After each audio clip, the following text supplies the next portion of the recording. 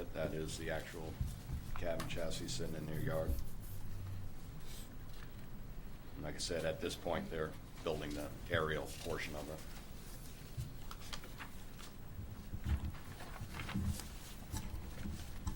Now, here we go at you with the NJPA again. Speaking with Shmuel and getting this price, the price for this is actually an NJPA price. So on this demo, we wouldn't be able to, that is their best price. If we went out to bid and went through that, you might see a better price. We think this is a good option. We're hoping you think the cost savings and the earlier delivery is beneficial to the town. Is this a mid-mount, Dan? Yes. As opposed to rear mount? Yes. It is mid. It is, like I say, basically what we spec other than those cabinets, some minor lighting changes, and the brand of the cab. And again, we're familiar with Spartan cabs because the two engines are Spartan cabs. And they're, you know, Ford or a Chevy. They're both similar truck cabs. I mean, they're custom cabs. So we wanted to bring that to your attention. As we said, we would come back. That's our story. Has the same horizontal reach as the one you, It is the exact same ladder. thank you. Basically, this is the truck just about that you wanted. It's very close. I mean, as close as you can get. Other than, yeah, we're losing that little bit of cabinetry. Some of the lighting was different that we're changing back if we do go this route. Heavy duty front bumper we put on the rescue truck. And you're gaining like Bill 500, said, it's a little- 500 Go ahead. cubic feet per minute pump capacity, Yes, yeah. So gallons you're per bumping minute. up 500. The engine went from, what, 550 to 600 horsepower. But luckily they're So covered. basically, this truck satisfies your needs. And Yes. you guys would be happy with it. Yes. And it, well, actually, you have a few more bells and whistles because you got the bigger pump, you got Right, the so electronic. you'd be pleased to have this truck. Yes, realistically, it's as good a deal as I think we're gonna get. I think so, I mean, the too. prices are ridiculous, I admit to that. Yeah, Yeah, that was my question. You need to commit to this when? Tuesday. well, to get the changes, that's Right. what he's talking about. As of yesterday, we have 2 weeks to make any changes to Okay. the body. Because the assembly line doesn't stop. Sure. When they start building the body, then they have to know what we want changed. And there's Where- not a where's it whole built? lot. Where's it built? Nebraska, right in the middle of a cornfield. I think we all want to thank you. I know we had a spirited discussion the other night, and you turned around and did some quick research and homework. We all wish our kids responded that quickly when we told them to do homework. I can only speak for myself on that. Yeah, no, thanks for looking into Yeah. that, because, you know, obviously we supported you. All right, we wanted to come back and you requested it. So time-wise, Does anyone else? if the referendum approves it, do you have enough time to make the particular changes and hopefully have enough time to buy it before someone else does? Yeah, well, all it takes to lock it in is a PO number. So where other people are in their process, I don't know. So there is a possibility we don't get it, but Anna can give you a PO order. I'm under the assumption that they have to do the same thing that we're doing, hopefully. You may.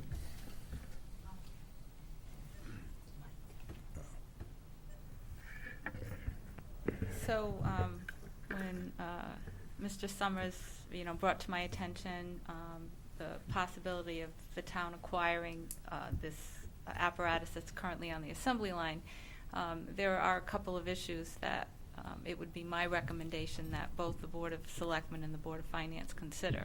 We're going out and we're making a $1.3 million purchase without doing a competitive bid process. It was my thought process that we have the Board of Selectmen and the Board of Finance approve a bid waiver for this purchase. So we have a little bit of timing, timing issues here. Whereas this board is out this evening and hearing, that this apparatus is available. The Board of Finance meets tomorrow evening. It's typical for the Board of Selectmen to make such approvals first prior to the Board of Finance. So it's a little bit of a different situation here, but I just wanted to bring that So to you need the a motion board. tonight. Well, Yeah. I'm just thinking of normal protocol relative to this, so I'm bringing that to your attention. And it's been my experience in the past that typically we've signed a contract for the purchase of fire apparatus. So there's a lot of, I think, moving parts here. So I just wanted to bring them to the board's attention. Issuing a purchase order for the purchase, that we can work that piece out. So that's all. How does the amount then affect the bonding resolution that we move forward? It just stays the same and the number is different because it's lower? Here's the thing. I would recommend just leaving the resolution as it currently Because, like, stands. up to- At the end of the day, as we move closer to putting this all together, we can do one of two things. Since we're going to market in July, we could just do temporary financing, and then in July of next year do permanent financing, and we can determine what amount to get, that we would need to get. If you're committed prior to July, can you put that in this July's bonding? Is there any logic to that? Yeah, given the we could. I'm interest going to rate have to climbing? check. I'm going to check with bond counsel and our financial advisor as to the last date that we can actually make a change to what we're looking to borrow prior to the actual event. Because, like, for example, next Tuesday, we're going to make a presentation to Moody's to hopefully confirm what our bond rating is. We're currently a AA. Too. And at that point, we would need to disclose to them what our plans are. Actually, the town meeting is on Monday evening, so at that point, we're going to know what passes, what fails. So everything is like moving parts. I'd have to check and see what our actual sale date is, because we have to issue notice to all of the Right. potential bidders. For what we're looking to borrow. So there's a lot of moving parts, and I would expect we can make, we would still have the opportunity to make a reduction at this point in time in what we're looking to borrow for this particular piece of the project. So we need to, if we're so inclined, move forward a motion to allow them to I would secure it with a PO, or? I would recommend making a motion to to waive the bidding process relative to the acquisition of this particular apparatus, because it's in the best interest of the town of East Lyme. We have already approved the 1.3, so we don't need to, go backwards to the Board of Selectmen and reapprove a 1.14. No. We just go forward with the 1.3, assuming that it's going to be lesser than that. Right. So at this point, I would make a motion to forego the bidding process for the acquisition of the ladder truck for the Flanders Fire Department. Second. As it's in the best interest of the town to do so. Got that, Karen? Better vote on it. We have a second from Beth. Is there any discussion on the motion? If we, and I don't want to sound like I'm paranoid, but there may be a lot of people out there to get me. If we do that, and therefore we don't go to other companies for a bid, does that open up any liabilities? Because we locked out other companies from bidding? That's why I'm recommending. That's why we did the waiver. Board do the bid waiver. Go on record of granting a bid waiver for this particular purchase. So we will have addressed it head on. You waived your requirement so that if there's an issue, that they Oh. would see in the minutes and in the record, and that there was approval to waive it for this particular item. Well, I guess my question then is to whoever would like to field that. In your last PowerPoint, it appeared to me that you had 2 bids. They weren't absolutely down to the specs you wanted, but had at least entertained. Right, well, actually, I have one of them right in front of me. Okay.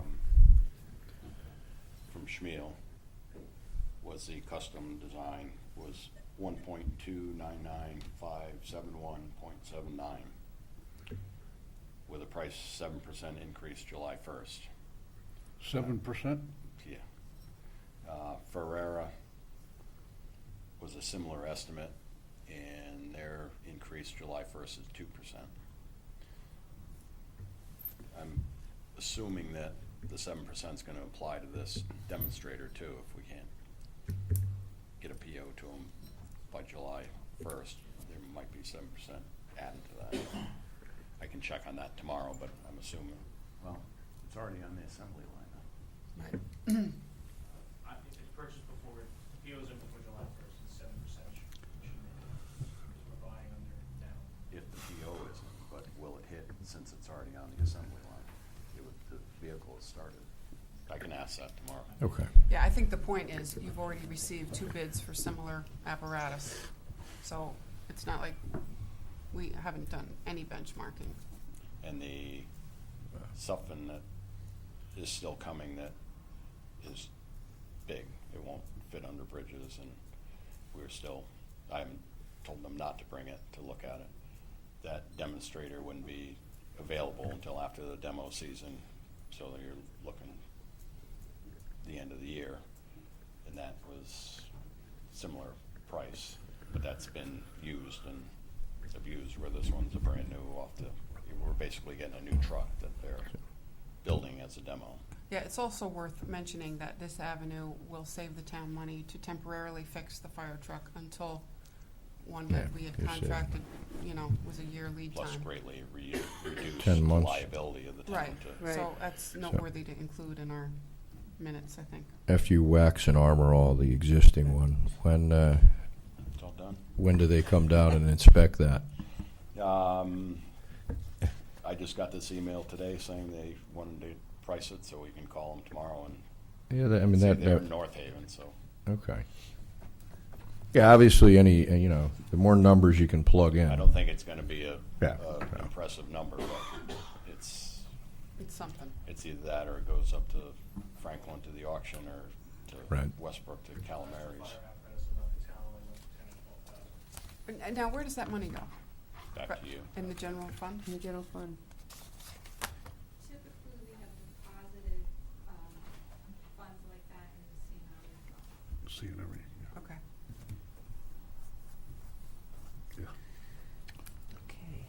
Okay. I think it's the Any way other to go. questions? Hearing none. All those in favor signify by saying aye. Aye. Opposed? Abstention? Motion carries. Thank you. Thank you. Thank you, guys. All right. You can't drive at least now. 600 horse. Dan, can I take it for a drive after you get it? All right. Lisa's not interested then, Forget it. I don't right? want She'll it. stick with her motorcycle. All right, moving down the agenda to new business. I will turn this over to the secretary. I need to recuse myself because I am involved with KSK Associates LLC, as it's related to the next one. Okay, thanks.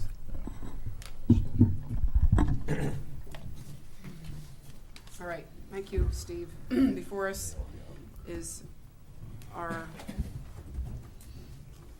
consideration of New England Forestry Foundation regarding the special appropriation of $350,000 from our Open Space Fund 59 for KSK Associate LLC property off Goldfinch Terrace. So are there presentations for the board? Yes, Art Carlson. Hi, Art.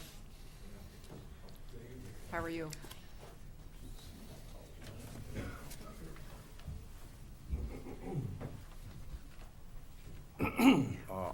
For the record, Arthur Carlson, 30 Dean Road, East Lyme. I'm speaking on behalf of my commission, the Natural Resource Commission. We're as familiar with this property as I guess you could be with any piece of property in town. It's part of our open space plan, which was approved by the town, which is part of the POCD. We sent you all a memorandum, which I trust you all read. So, And out of that, perhaps there are some questions that you'd like to ask me. Thank you, Before, Barbara. pardon me? Excuse me. We just wanted to shut the door. Before we start on the questions, I want to hit the highlights of how we see this piece of property and why. This particular piece of property, let me show you here.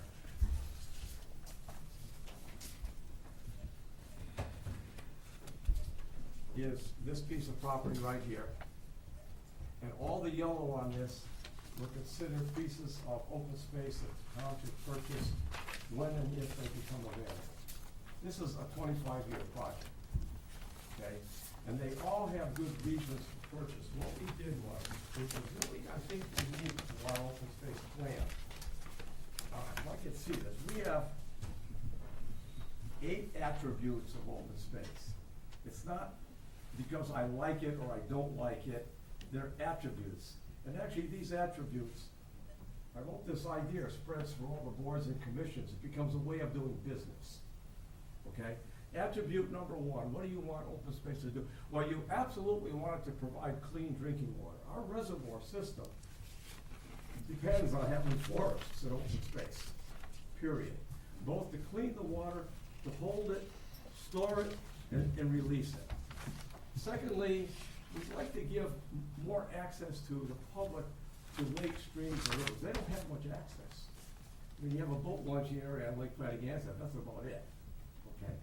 Thirdly, although this particular land doesn't have it, we need to preserve land for crops, hay. There's a terrific demand for hay, and we don't have enough land. By the way, there's 50,000 horses in Connecticut, which I still don't believe, but I'm gonna tell you that's what I hear. We used to call this active and passive recreation. It's simply places to walk, play, bird watch, or do absolutely nothing. What a crazy idea. You might actually go out there and sit and just think, do nothing. Forest blocks and greenways. Does the property, is it big enough? And in a word, one 100-acre piece is way more valuable than 100 one-acre pieces or 200 half-acre pieces, which we used to call that open space, by the way. You get these 10 acres broken up into quarter-acre spot. They're useless except for the guy or girl who's next to that. This is really one big piece. Aesthetics and beauty, that used to be called geological stuff. I couldn't think of a real reason other than, gee, that's darn nice to look at. Okay, there's nothing wrong with something darn nice to look at. Cultural and historical. The Samuel Smith House is a good example of that. Does that make the town better? Certainly it makes the town better. And biodiversity, biodiversity by definition simply requires open space. So we satisfy that, that's an international need, if you will, but it's satisfied by all of the above. So with that criteria, we looked at these lands and we said, this has to go on it. And if we're, well, not within my lifetime, but with probably some of our lifetimes, if we could get this thing all green, wouldn't that be something? Latimer's Brook goes right through here. We'd like to protect Latimer Brook even more. Actually, it's quite a good potential water source in the future. So by protecting this land, we go a long way. Okay, that's the details, the overall picture of what we're trying to do.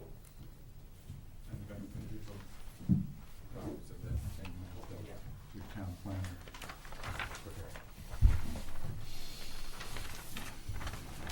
Thank you. I want to explain what you see here. If you look at the pink line, This is the same thing, right? the pink line is the watershed in which this property belongs. And the definition of a pink line, the definition of a watershed is every drop of rain that falls within that watershed stays in the watershed and goes south and runs out to the ocean. Now, the interesting thing is, Oswegatchie Hills is in the same watershed as the Niantic headwaters. Same watershed. And they function exactly the same. The big function that they're pulling off is they're flushing clean water into the Niantic River. What do I mean by clean? No nitrogen, no pesticides, no sewerage. Okay? Who cares about that? Well, the state of Connecticut cares mightily about it. The House passed 146 to 0, the blueprint for the next 5 years to take care of Long Island Sound is to keep the nitrogen down. That's the killer, or one of the killers. So and what we have here is we have this piece of property without houses, filtering the land, contributing clean water, enhancing the viability and the cleanliness of Atlantic River, hence the sound. It doesn't do any more than that, but that's the way of the law. Contrast that with what it would do if you put 80 houses here. Well, it's going to do exactly what it says in Appendix 2, I believe, in the report we wrote, where, for example, by sewering Pine Grove, they saw that they could cut the nitrogen down, but it never goes to 0. Right. So what we're basically doing is, we're keeping clean water flowing into the south. We're doing our part, that's basically it. Not only are we doing our part, we're building a forest block, okay? And you find that particular animals, they need hundreds of acres. Now, do you make much money by doing that? No, but you probably feel a little bit better when you look at it and see it. Okay, it's just plain better for the town. Let's talk about the economics of this thing. In that article, in the memo we wrote, Appendix 2, fiscal benefits, farm and forest lands help maintain lower property taxes. This is an interesting study that's been done on actually 9 towns in Connecticut now, and similar-sized towns all across the United States. By similar, I mean 10 to 20,000, 5 to 20,000 people, roughly our size. Our size. And in every one of those towns, they looked at for every tax dollar, how every tax dollar is spent. And it turns out that about $1.11 goes to support residences. That's not a surprise.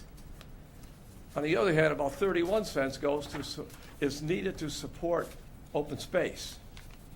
Turns out that you don't even need 31 cents open space. Actually, the open space actually contributes dollars and requires nothing. You know why? Doesn't require a $1 million truck. Doesn't require a school. Okay? So when the statement is made, you're taking land off the tax rolls, well, if you take it off for residences, you're actually saving money. Okay? Now, what you don't see in this report, well, what you will see in this report also, is Appendix 3. And in that appendix, this is the result of a town-wide survey done 7 years ago, done by a professional organization, 95% accurate, plus or minus 5%. It was very interesting. The people who ran the survey said, we think basically you're a pretty good town because nobody hung up on us. They wanted to answer the questions. They give a damn. Well, in there, on the section of natural resources and open space, 98% of the people want to protect our lakes, rivers, and streams. Well, you can't find 97% who want anything. I'll bet you couldn't find 90% who like vanilla ice cream, let alone rivers and streams. But that's how strong the feeling, that's how strong the sentiment is, okay? And I'm going to repeat myself, where this particular land doesn't protect our public drinking water supply, other areas, other lands do, but it does protect a pretty valuable piece of property, but that is the Niantic River and the Long Island Sound. And if we like Oswegatchie Hills, which I certainly do, and most people do, you kind of have to like this one because it's the same piece of property. It does the same darn thing. With this caveat, you can walk along Gurley Brook, and but you have Clark Pond on, Oswegatchie, so we now add a brook for us to walk on, okay? That's a short, succinct reason to buy it. Oh, one other reason to buy it. This thing has been looked at by 9 different agencies. 9 different agencies. State of Connecticut is willing, feels it necessary to invest $500,000. And you know the reason why they did it? Because if they can keep land open that feeds Long Island Sound, it meets the goal for Long Island Sound. Okay? There's nothing evil about houses, but if your goal is to keep the nitrogen, pesticides, and sewerage out of the water, this is the way to do it. Okay? And you look at the other agencies, there simply was no reason for it. Also, the town is getting, we're going to be saving this piece of property with very strong environmental covenants, and we're contributing 1/3 of the total value. Actually, it's not a bad deal. Actually, it is a good deal. And there's a comment keeps getting brought up about we don't own it. No. Look at the big picture. It's saved. It's going to be there, hopefully, in perpetuity. Okay? Our kids' will see it. And if you write an easement properly, I could sell you land and write an easement that you couldn't walk on your own property that I just sold you. I mean, you can do anything you want with an easement. So what we would do with an easement is say, and New England Forestry will talk along these lines. From a forestry point of view, this is what they want to do, and it's going to be protected. Now, don't run away if you hear they're going to cut a tree down. Okay, one of the things about creating a forest, a real natural forest, is you had a whole gradation of trees. You have some open fields. You have an early successional forest, which is 3 years to 30 years. Then you got the medium-sized trees, and then you got the, I was going to say the old trees like me. Then you got the old trees. Well, you cut down the older ones, and that lays sunlight for the new trees. So lumbering is not an evil or bad thing, and it's done scientifically. The world has changed. People hear the word clear cut, and they practically fall under their seat. Those days are gone. Those days are gone. And my final question, it's a rhetorical question, and I've never got an answer to it. That's defeated my question. Can you think of a single piece of open space in Connecticut, this town, Connecticut, the United States, where after a long fight to secure the open space for the public, the next generation regretted it? McCook Point, Yeah. a fight. You know what the fight was at McCook Point? People in the north didn't go to the beach. Right. You want to give it up now? No. State Forest, Rocky Neck. Anybody want to give that up? State Forest? No, you see it, you go down the list, you say, oh my God, I never thought about it. The White Mountains. That was bought under severe protest. Okay? Who wants to give it up? And then that crazy guy who bought Alaska called it Seward's Folly, right? And how about this one? Thomas Jefferson buys all the land west of the Mississippi from Napoleon. Do you regret any of those? No. So between saving tax dollars and having no regrets, it's pretty hard to figure out why this is a bad deal for the town. I rest my case. Acreage again? About 170. And what am I understanding about a 40-acre piece of that? Is there something I don't I understand? have no idea what that means. Okay. What I do know is that here's the 100, I think it's 170, is that right? Yeah, 170 acres. That's really the useful forestry part of it. There's a ridge on this property. There's a ridge on this property here that on this side there are buildable lots. On this end it really slopes down into a valley. Actually, it's serene. You get down in there and you can't